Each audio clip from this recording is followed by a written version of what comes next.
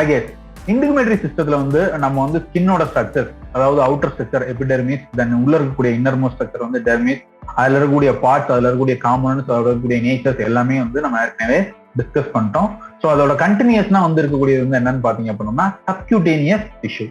So skin கீழே வந்தாலும் ஆக்சுவலா வந்து பாத்தீங்க அப்படின்னா இது வந்து ஒரு செப்பரேட் காம்பனன்ட். ஸோ இப்போ இந்த டயக்ராமேட்டிக்கலா பாருங்க, நம்ம ஏற்கனவே வந்து என்ன பார்த்தோம், வெளியே இருக்கக்கூடிய இந்த டெர்மிஸ் லேயர்னா என்ன ஒரு நிமிஷம்.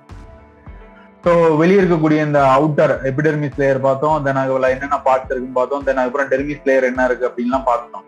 ஸோ அதுக்கு கீழே இருக்கக்கூடிய இந்த லேயர் தான் வந்து என்ன பண்ணோம்னா சப்கியூட்டேனியஸ் டிஷ்யூ அப்படின்னு சொல்லுவோம். ஸோ ஆக்சுவலா இந்த சப்கியூட்டேனியஸ் டிஷ்யூட எக்ஸாக்ட் விஷயங்களை வந்து டெக்ஸ்ட் வைஸா பார்க்கலாம்.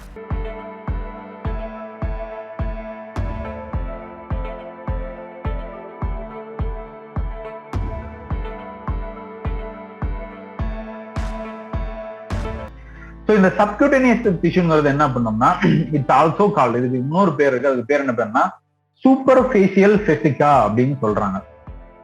ஆக்சுவலா வந்து ஸ்கின்னோட ஸ்ட்ரக்சர்ல வந்தா கூட இது வந்து ட்ரூ ஸ்கின்ல நம்ம சொல்ல மாட்டோம். ஏன் அப்படின்னா ட்ரூ ஸ்கின்ல வந்து 2 லேயர் தான், எபிடெர்மிஸும் டெர்மிஸும் தான். ஸோ அதுக்கு உள்ள வந்து பாத்தீங்க அப்படின்னா நமக்கு உள்ள இருக்கிறது வந்து மசில்ஸ் தான். ஸோ இப்போ இந்த மசிலும் ஸ்கின்னும் என்ன ஆகணும் அப்படின்னா கனெக்ட் ஆகணும். அந்த கனெக்ட் ஆகக்கூடிய கனெக்ட் ஆகிறதுக்காக இருக்கக்கூடிய சப்ஸ்டன்ஸ் தான் வந்து என்னது டிஷ்யூ தான் வந்து இந்த subcutaneous tissue. So actually it's connective tissue. So இது வந்து எதனால மேடா இருக்கும் அப்படின்னு பாத்தீங்கன்னா ஏரோலர் அப்படின்னு சொல்லக்கூடிய கனெக்டிவ் டிஷ்யூ தான். ஸோ அது போக அடிப்போஸ் டிஷ்யூஸும் என்ன இருக்கும், ரொம்ப இருக்கும். தட் மீன்ஸ் லிபிட் சப்ஸ்டன்ஸ் வந்து என்ன இருக்கும், ரொம்ப இருக்கும். ஸோ இந்த ஒயிட் கலரா டினோட் பண்ணியிருக்கிறது எல்லாமே என்னது அப்படின்னா லிபிட் சப்ஸ்டன்ஸ், அடிப்போஸ் டிஷ்யூ தான் மென்ஷன் பண்றாங்க. ஸோ இதோட வேலை என்ன பண்ணா நான் ஆல்ரெடி சொன்ன மாதிரி it's going to connect the dermis லேயரையும் மசில் லேயரையும் கனெக்ட் பண்ணக்கூடியது. ஸ்கின்னோட லோயஸ்ட் பார்ட் வந்து டெர்மிஸ், மசிலோட அவுட்டர் மோஸ்ட் பார்ட் வந்து பார்த்தோம் அப்படின்னா பாடி பார்த்தோம் அப்படின்னோம்னா மசில் தான். ஸோ அந்த மசிலையும் ஸ்கின்னையும் கனெக்ட் பண்ணக்கூடிய ஒரு சாண்ட்விச் லேயர் தான் வந்து என்னது இந்த சப்கியூட்டேனியஸ் டிஷ்யூ. ஸோ நம்ம இந்த connective tissue areolar or loose connective tissue எல்லாம் என்ன இருக்கும் பார்த்தோம் அப்படின்னா இந்த கொலாஜன் அப்படிங்கிற சப்ஸ்டன்ஸும் எலாஸ்டின் ஃபைபர்ஸும் இருக்கும். ஸோ நம்ம அதோட ரோல் என்ன ஏற்கனவே பார்த்துருக்கோம். எலாஸ்டிக் ஃபைபர்ஸ் வந்து ஸ்கின்னுக்கு வந்து ஒரு டென்சில கொடுக்கக்கூடியது அப்படின்னு. அது போக வேற என்ன இருக்கு அப்படின்னா WBCs, ஒயிட் பிளட் செல்ஸ் இருக்கும், பிளட் கேப்லரிஸ் இருக்கும், டிஷ்யூ ஃப்ளூயிட்ஸ் எல்லாமே இருக்கும்.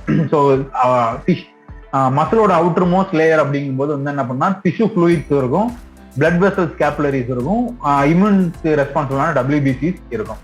ஸோ WBCயோட ரோல் நமக்கு என்ன தெரியும், ஆட்டோமேட்டிக்கா இன்கேஸ் ஸ்கின் பிரேக் ஆகி வெளியே டெர்மிஸும் பிரேக் ஆகி எபிடெர்மிஸும் பிரேக் ஆகி டெர்மிஸும் பிரேக் ஆகி பேத்தோஜன்ஸ் இன்கேஸ் உள்ள வந்துச்சு அப்படின்னோம்னா அதை வந்து என்ன பண்ணும், டெஸ்ட்ராய் பண்றதுக்காக இருக்கக்கூடிய விஷயம். ஸோ அது போக இந்த லேயர்ல வந்து என்னன்னா மாஸ்ட் செல்ஸ் இருக்கு. இந்த மாஸ்ட் செல்ஸ் வந்து என்ன பண்ணா இன்ஃபிளமேஷனுக்கு ரெஸ்பான்சிபிளான செல். ஆக்சுவலா இந்த மாஸ்ட் செல்ஸ்ல வந்து பாத்தீங்கன்னா ஹிஸ்டமின் அப்படின்னு சொல்லக்கூடிய ஒரு சப்ஸ்டன்ஸ் இருக்கும். ஸோ இது ப்ரொடியூஸ் பண்ணது மாட்டாங்க. ஆக்சுவலா அது வந்து என்ன மாஸ்ட் செல்ஸ்ல வந்து ஹிஸ்டமின்ஸ் வந்து இருக்கும். ஸோ எப்போ இன்ஃபிளமேஷன் ஆகுதோ அப்போ வந்து என்ன அர்த்தம் அப்படின்னோம்னா அந்த மாஸ்ட் செல்ஸ் வந்து ஹிஸ்டமினை ரிலீஸ் பண்ணி அதுதான் வந்து என்ன பண்ணுது, இந்த இன்ஃபிளமேஷனை வந்து காஸ் பண்ணுது அப்படிங்கிறது அர்த்தம். ஸோ மாஸ்ட் செல் டிஸ்ட்ரக்ஷன், ஸோ இது ஃபார்மகாலஜில வந்து ரொம்ப டீட்டெயிலா படிக்கலாம். மாஸ்ட் செல்ஸ் ரப்சர் ஆகும், ரப்சர் ஆகும்போது ஹிஸ்டமின் ரிலீஸ் ஆகும், அந்த ஹிஸ்டமின் தான் வந்து என்னது அலர்ஜி ஆகும். நான் சிம்பிளா சொல்றேன். இப்போ உதாரணத்துக்கு ஏதோ நம்ம வந்து ஒரு தேன்குளவி கடிச்சிச்சுன்னு வச்சுக்கோங்க, உடனடியாக அந்த இடத்துல வந்து என்ன ஆகும், இச்சிங் ஆக ஆரம்பிக்கும், வீங்க ஆரம்பிக்கும், ரெட்னஸ் ஆக ஆரம்பிக்கும். அப்ப என்ன அர்த்தம் அப்படின்னோம்னா அந்த டாக்ஸின் மெட்டீரியல் நம்ம உடம்புக்குள்ள இன்செக்ட் ஆன உடனேயும் அந்த மாஸ்ட் செல்ஸ் வந்து என்ன பண்ணிருக்கும்னா ரப்சர் ஆயிடும். ரப்சர் ஆகி ஹிஸ்டமின் ரிலீஸ் பண்ணும். அந்த ஹிஸ்டமின் தான் அந்த ரெஸ்பான்ஸுக்கு எல்லாம் காரணம்.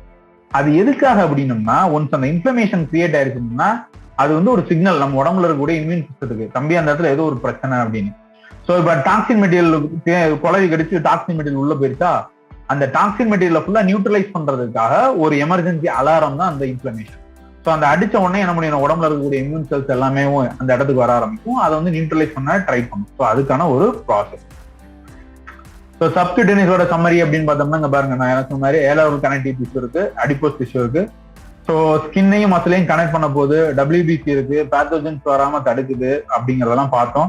ஸோ அது போக அதுல இருக்கக்கூடிய மாசல்ஸ் வந்து ஹிஸ்டமினை வந்து ரிலீஸ் பண்ணது, லீக்கோட்ரைன்ஸ் இன்ஃபிளமேஷனா என்னது அப்படின்னு நாம பார்த்தோம்.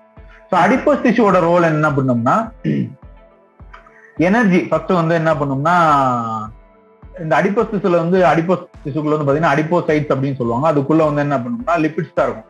So energy reservoir. எப்போ வந்து நம்ம ரொம்ப நாள் சாப்பிடாம இருக்குமோ, எப்போ எனர்ஜி தேவைப்படுதோ அப்போ வந்து இந்த அடிப்போஸ் சைட்ஸ்ல இருக்கக்கூடிய இந்த லிபிட்ஸ்ல தான் எனர்ஜி கிடைக்க ஆரம்பிக்கும். ஸோ வந்து ஸ்டோர்டு எனர்ஜி. அதுக்கப்புறம் வந்து என்ன குஷன் ஃபார் பாடி. ஸோ ஒரு ஸ்கின் வந்து அப்படின்னா ஒரு குஷன் மெட்டீரியல் மாதிரி இருக்கிறதுக்காக நடுவில் அந்த ஃபேட் இருக்கும்போது என்ன ஆகும், நம்ம கொழுகுலுன்னு இருக்கும்னு சொல்ல தெரியுமா, குத்துனோம் பண்ணோம்னா நல்லா குழக்குன்னு இருக்கும். ஸோ அந்த குழக்குன்ற இந்த குஷன் மாதிரி இருக்கக்கூடிய நேச்சர் வந்து என்ன பண்ணுன்னா இந்த அடிப்போஸ் தான். ஏன் அப்படின்னா ஃபேட் ரொம்ப இருந்துச்சுன்னா அந்த ஃப்ளஃபி நேச்சர் இருக்கும். ஸோ அதுக்கப்புறம் insulation from the cold condition. நல்லா ஃபேட்டா இருக்கிறவங்க இல்லாட்டி குண்டா இருக்கவங்க ஸ்கின்ல ரொம்ப லிப்பிட்ஸ் இருக்கவங்க எல்லாம் பாத்தீங்கன்னா நார்மலா அந்த குளிர் சென்ஸ் வந்து தெரியாது, அதிகமா தெரியாது. ஏன் பண்ணுவோம்னா அது வந்து ஒரு இன்சுலேட்டர் மாதிரி ஆக்ட் ஆகும். அதுதான் ஒரு ரீசன். அடுத்து வந்து என்ன பண்ணோம்னா அப்படைட்டு, அது போக இன்சுலினுக்கு இதெல்லாம் யூஸ் ஆகுது, சைட்டோகைனின், இதெல்லாம் ரொம்ப டீப் கான்செப்ட். ஸோ இதெல்லாம் வந்து நம்ம இண்டிவிஜுவலா அதாவது படிக்கும்போது பாத்துக்கலாம். ஸோ அது போக இன்னும் பண்ணோம்னா அப்படைட் செக்ரேஷன் பசிக்கிறதுக்கு, தென் அப்புறம் இன்சுலினோட ஃபங்க்ஷன், சைட்டோகைனோட ஃபங்க்ஷன்ஸுக்குலாம் இது இன்வால்வ் ஆகுது. இதெல்லாம் கொஞ்சம் டீப் கான்செப்ட். இதெல்லாம் வந்து நம்ம இண்டிவிஜுவலா படிக்கும்போது பாத்துக்கலாம். ஸோ இதோட சப்குடேனியஸ் டிஷ்யூஸோட விஷயங்கள் முடிஞ்சது. ஸோ அடுத்து நம்ம பார்க்க போறது வந்து என்னன்னா ஃபங்க்ஷன்.